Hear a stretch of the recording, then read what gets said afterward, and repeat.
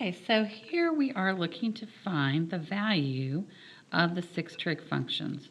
We're going to do this given a real number t, a terminal point, and using Pythagorean identities.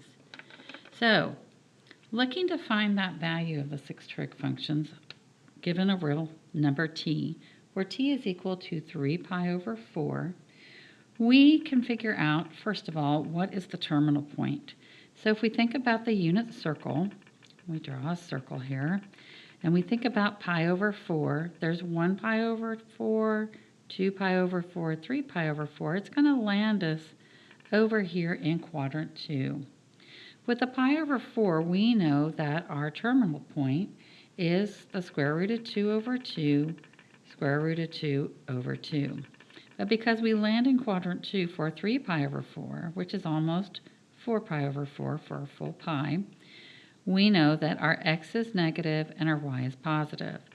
So we put a negative on our x coordinate.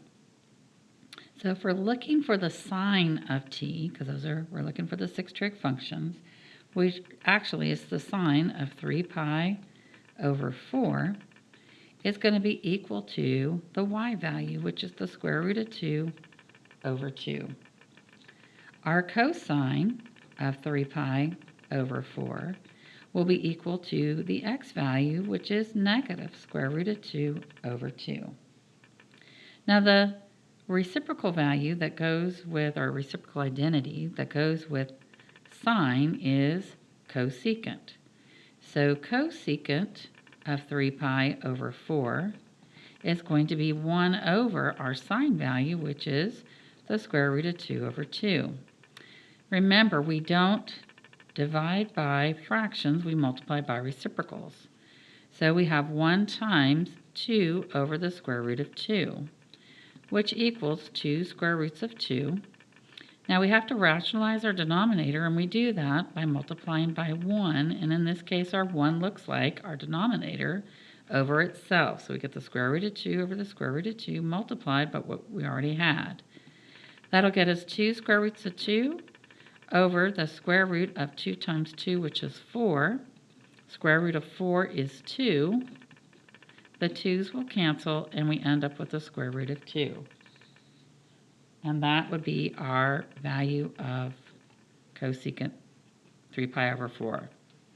Now the reciprocal identity that goes with cosine is secant. Secant of 3 pi over 4 will be equal to 1 over our cosine value, which was negative square root of 2 over 2. We know multiplying by 1 we're going to get what we originally had from the previous example. So we know we're going to get 2 over the square root of 2. It doesn't matter where you put the negative sign. I usually keep them on the top, but it doesn't matter. So again, we've got to rationalize our denominator. So we end up with negative 2 square roots of 2 over square root of 2 times square root of 2 will get us the square root of 4 as previously done, which we know the square root of 4 is 2. The 2's again will cancel, and we end up with negative square root of 2. So we already have 4 out of our 6 trig functions values. So we have 2 left. We have tangent.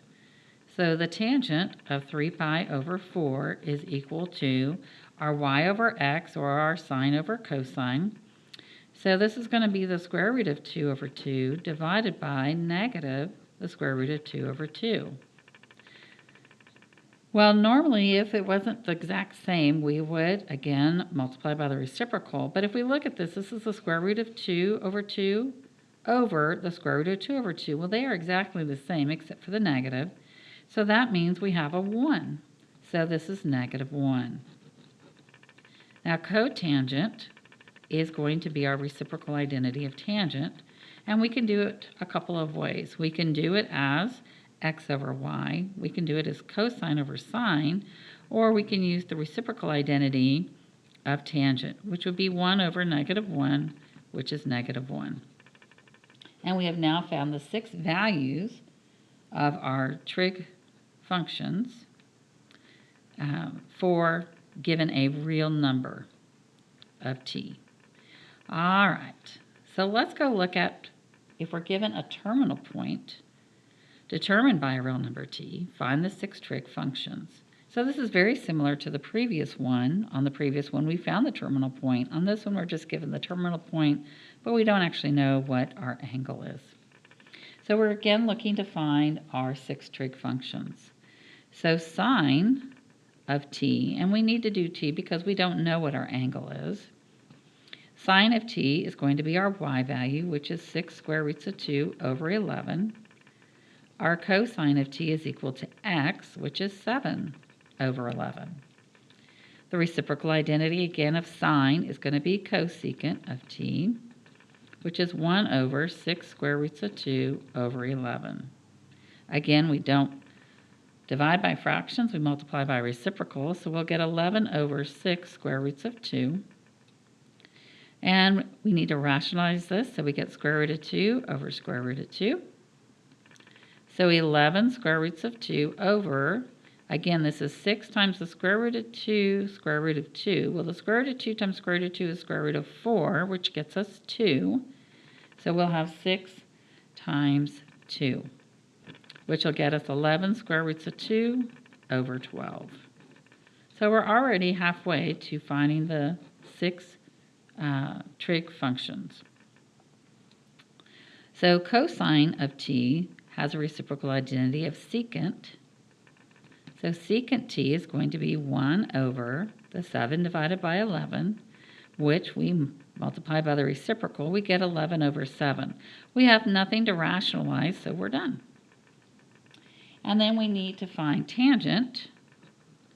Our tangent of t will be our sine, which is 6 square roots of 2 over 11, divided by 7 over 11. So again, we don't divide by fractions, we multiply by reciprocals. So we have 6 square roots of 2 over 11 times 11 over 7. Our 11s will cancel, and we'll end up with 6 square roots of 2 over 7. So the last one we need is cotangent. So cotangent of t is equal to the reciprocal identity of tangent, or we can go and plug in our cosine and our sines and figure it that way. This is probably a little bit simpler way to go. So we're going to go 1 over 6 square roots of 2 over 7, which, again, we don't divide by fractions, we multiply by reciprocals, and we're multiplying by 1, so we know it's just going to be 7 over 6 square roots of 2. And we need to rationalize our denominator, which will get us 7 square roots of 2 over, and this again is just similar to what we did, so we get 6 times the square root of 2 times the square root of 2, which is the square root of 4, which is 2. 6 times 2 will get us 12, just like it did on the first one. So now we've found that one. We have one more. This was given our t. This one was given the terminal point. And now we're going to find it using the Pythagorean identities. So we're only given that sine t is equal to 3 over 4. And so we need to figure out the other value of the 6 trig functions. Well, we're given 1, so we need to find the other 5. Using the Pythagorean identity, we are going to use sine squared t plus cosine squared t is equal to 1. We know our sine value, well, that's 3/4. 3/4 squared plus cosine squared t is equal to 1. Squaring this, we get 9 over 16 plus cosine squared t is equal to 1. We're going to move over the 9/16, and we end up with cosine squared t is equal to, realize that 1 is the same thing as 16 over 16, so 16 minus 9 will get us 7 over 16. Now, we have cosine squared, but we really need to know what cosine is. So we're going to take the square root of both sides and get cosine t is equal to, make sure you put in the plus or minus because you don't know if it's positive or negative yet. And recall that this is the same thing as the square root of 7 over the square root of 16, which we can then take the square root of 16. So we end up with the square root of 7 over 4. So now we have to figure out, is it positive or negative? And to do that, we go back to our quadrant. We are in quadrant 2, and quadrant 2, cosine is the x value, and in quadrant 2, the x value is negative. So that tells us that cosine of t is equal to negative the square root of 7 over 4. Now, once we have our sine and our cosine, just as in the previous examples, we can figure out the other 4. So again, the reciprocal identity of sine is going to be cosecant. So cosecant t is equal to 1 over 3/4 over 3/4. And again, we don't divide by fractions. We multiply by the reciprocal, so it will be equal to 4/3. Secant t would be 1 over the negative square root of 7 over 4. Multiplying by the reciprocal, we get negative 4 over the square root of 7. Rationalizing our denominator, we multiply by the square root of 7 on both the top and the bottom. So we get negative 4 square roots of 7 over square root of 7 times square root of 7 is the square root of 49, which will be equal to 7. You can kind of notice that when we rationalize it, we end up with the number that's inside the radical. So now we can find the tangent of t, which will be our sine, which is 3/4, over our cosine, which is negative square root of 7 over 4. We again don't divide by fractions, we multiply by reciprocals. So 3/4 times 4 over the square root of 7, and we'll put our negative sign there. Our 4's will cancel, the negative sign will stick. We'll have negative 3 over the square root of 7. Again, rationalizing our denominator, we'll end up with negative 3 square roots of 7 over 7.